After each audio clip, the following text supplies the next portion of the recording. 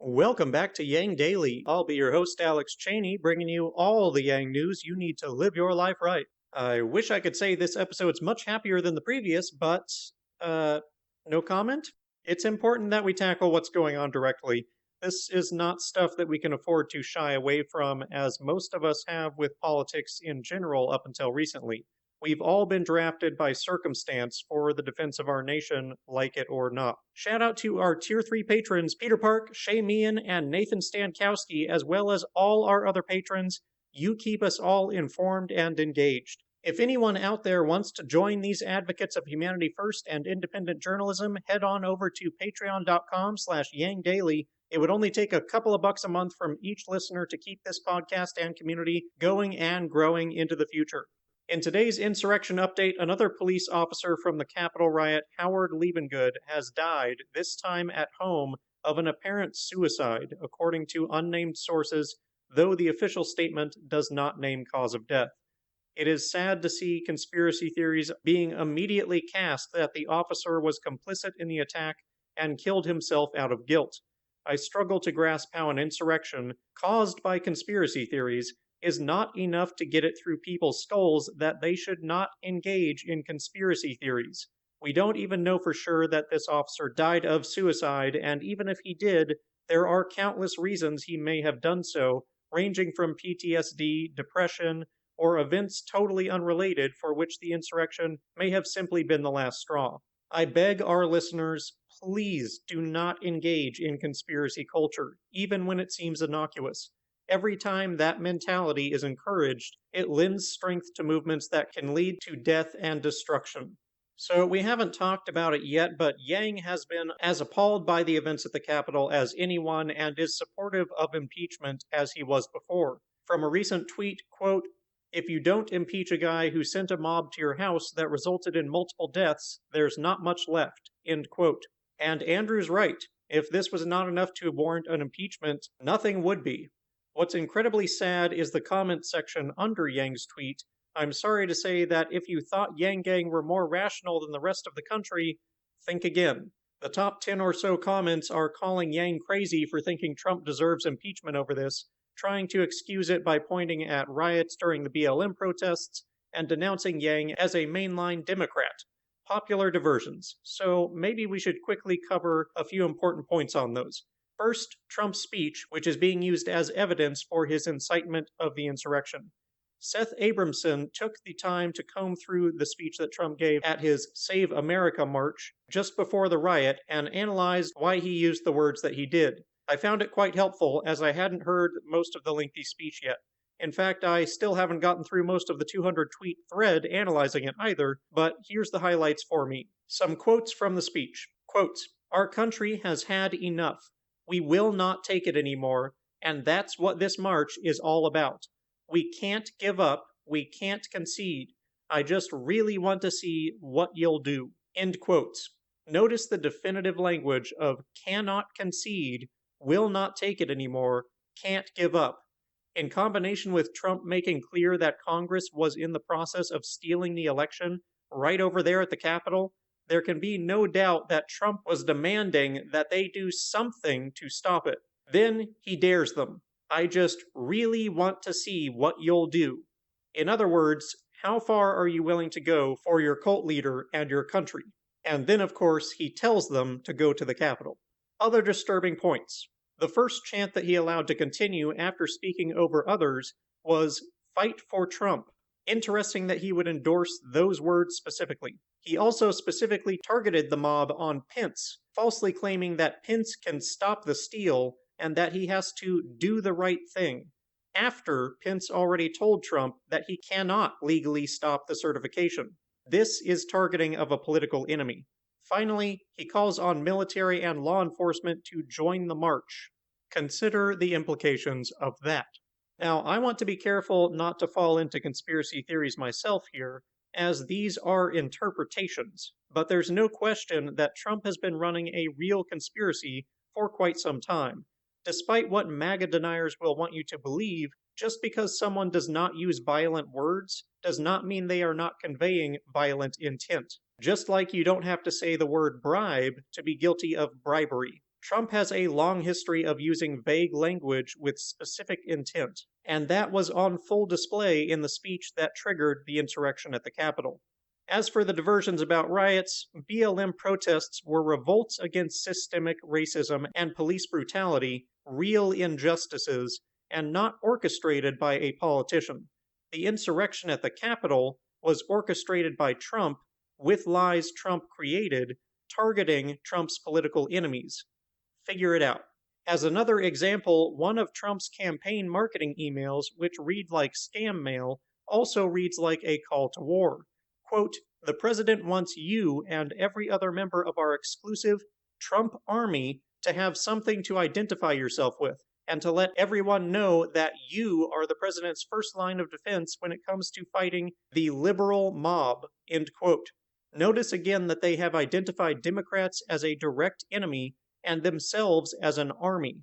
The language of identifying yourself will also be read by his radicals as a means to tell friend from foe in a civil war. And Trump knows this. He knows what his radical supporters want to hear, and he feeds them words which he can claim are innocuous while knowing his cult will interpret them violently. It's like spending months convincing someone that their neighbor is a Satanist casting hexes on them and their family that will kill them, and telling them to do something about it until they go over there and try to kill their neighbor. And then you claim you did nothing wrong. The summary is this. He convinced a mob that their country was being stolen from them, convinced them that they were fighting for democracy against traitors who seek to destroy that country, fed them specific targets of his political enemies, right outside the target location, with an imperative to stop those enemies from their dastardly plot before they have time to finish it, asked the military to join in, and asserted that failure was not an option. This is pretty much as clear as it gets for inciting insurrection without specifically calling for violence. As Von Rim on Twitter commented, relying on supporters to make the final decision to act is a version of the stochastic terrorism tactics common to authoritarian leaders around the world. This isn't the first rodeo, we've seen this play out before. If we don't want to be another failed democracy in the history books, we need to learn from it. And this is not just about justice for what's already happened, the threat continues. The FBI has warned of armed protests and insurrection being planned at all 50 state capitals and the U.S. Capitol in D.C. Quote, "The FBI received information on an identified group calling for others to join in storming state, local, and federal government courthouses and administrative buildings." End quote. They have also, of course, received threats against Biden, Pelosi, Pence, and others. Colin Powell denounced the GOP yesterday, saying he can no longer identify as a Republican and expressing disgust that Republican leaders have put pursuit of power over service to the Constitution and the American people. According to Senate reporter Manu Raju, Kevin McCarthy, the GOP House Minority Leader, indicated that Trump bears some responsibility for the Capitol riot, but also said he will not vote to impeach. I never thought I'd be turning to a source like this, but Arnold Schwarzenegger gave an inspiring speech on patriotism the other day. He revealed some hard realities about his own experiences coming from a country scarred by the actions of Nazi Germany. He denounced the acts at the Capitol as a failed coup by Trump. He assured the American people that this threat to our democracy will ultimately strengthen our commitment to it. And he reminded us that the first step to healing, to truth and reconciliation, is truth. He also pulls out Conan's sword at one point because, of course he does, it's Arnold. Give it a watch at the link below. Point being, most of the GOP seem to be calling for unity and healing now, but you can't skip the first step, which is truth. There is one thing that can heal the nation, and that is for every leader of the party to admit that Biden won the election fairly, and that they were all complicit in promoting the real fraud and an attempted coup. There is a reason rehabilitation organizations like Alcoholics Anonymous start with admitting wrongdoing. As one Twitter user put it, what the GOP is proposing is akin to shoving your grandmother down the stairs, then saying that you shouldn't face consequences because that would further divide the family. There must be consequences, and there must be truth, or there is no disincentive to these actions in the future. Laws not enforced are not laws at all, and no one can be above the law. As Arnold says, going along with a coup happens step by step. I rather doubt we have any Trump supporters in the audience, but I'd like to ask those people to travel back in time 4 years and ask themselves, what action could Trump take that would be enough for you to admit he is an authoritarian attempting to overthrow America? Labeling any free press that criticizes him as the enemy of the people, the way Hitler did? Seizing power over states by threatening them? Instituting martial law? Inciting insurrection? Refusing to step down when he loses an election? He has attempted all of these. You've excused every step one at a time. That's how these coups work. The authoritarian spins a web of lies that give you an excuse to justify each step along the path. Like a frog in water that is slowly being brought to boil, you don't see what's happening at the time. It's only when you look back at the timeline that it's obvious what occurred, that you were radicalized by an authoritarian to support the overthrow of your own government, all while believing yourself a patriot. In the continuing backlash against insurrection at the Capitol, more businesses are cutting ties with Trump. Goldman Sachs, J.P. Morgan, Citigroup, Marriott, AT&T, Blue Cross, Boston Scientific, and Commerce Bank shares have all temporarily halted their political donations altogether or to Trump and senators who objected to the electoral count. Comcast said, quote, "We are appalled and condemn these actions in the strongest possible terms," end quote. But they stopped short of taking action, instead saying they will, quote, "seek assurances that they will take steps to ensure nothing like this happens again," end quote. Hallmark's Political Action Committee, even Hallmark has a political agenda, went so far as to demand their donation back from Hawley and Cruz. Not sure that's how donations work, Hallmark, but I wish you luck with customer service and the returns department. The golf tournament organizer, PGA, has also cut ties with Trump, canceling any plans to use his properties for tournaments in the future. Payment processor Stripe banned the Trump administration from using its services, and YouTube blocked Steve Bannon's podcast channel. This is all very much in line with a string of tweets sent out by Lincoln Project co-leader Steve Schmidt, in which he declared political war on any business that supports the GOP's actions against democracy and the Constitution. Quote, "We will seek to strangle the money flow to the entities that have declared war on American democracy and sought to bring Jim Crow disenfranchisement to our fellow Americans. We will run targeted campaigns to foment employee rebellions and shareholder revolts. Most companies have extremely low pain tolerances. We will inflict as much public pain as possible around every entity that funds the U.S. autocratic coalition. The Lincoln Project is going to reimagine corporate pressure campaigns. There will be accountability imposed on bad actors in the public square. The First Amendment will be our sword and shield. We will use it to strike at the unholy alliance that has cynically fueled this autocratic disgrace. The pro-democracy side of this fight does not need to prove its virtue through the gentle treatment of our autocratic enemies. They are not opponents. They have declared war on American democracy and have betrayed the foundational ideas and ideals of the country. There is no middle ground between freedom and autocracy. Everyone will need to choose their side. The Lincoln Project has chosen ours." End quote. As we said before, if you want to change the behavior of a politician, hit them in the wallet.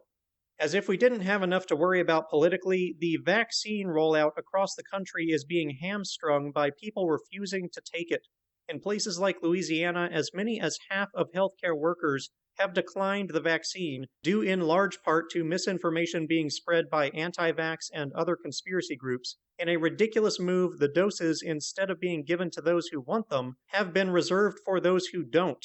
Again, we need federal and state leadership to get their act together on this immediately. The transition of power cannot come soon enough. Quick public service announcement. As with any time there's money to be had, scammers are going to try and swindle people. If anyone contacts you asking for personal information or money in exchange for your stimulus check, that's a scam. Do not respond and maybe report them to the FBI. Finally, I know there's a lot pressing on us all in these insane times, but it's important that we keep up the call for cash relief, lest it get lost in the shuffle. Millions of Americans are still at risk of starvation or homelessness. They need recurring checks passed as standalone legislation. It's also hard to believe that during all this, It's going to be MLK Day on January 15th. King pushed for UBI in a time of political turmoil not so different from our own. Even if you have no time for anything else, remember to send your daily letter to Congress. It takes less than a minute. Let the Senate spend their week of recess gasping for air in a sea of demands for unconditional, standalone, recurring cash relief, and let us realize the dream Martin Luther King had for America so long ago. And that'll do it for today's Yang Daily. Check out Arnold's speech, bookmark and share the scam warnings, Trump speech analysis, and the FBI warnings. Ask the Trumpers in your life what he would have to do to lose their support, and whether we've already crossed the lines they would have drawn 5 years ago. Support the Lincoln Project, send your UBI letter, flood Congress with calls, tweets, faxes, and letters using the Resist Bot or Income Movement easy contacts below. If you need help, consult Humanity Forward, the Income Movement Aid Database, the Mission Asset Fund, United Way, or the H3 podcast thread, and don't forget to Yang Daily.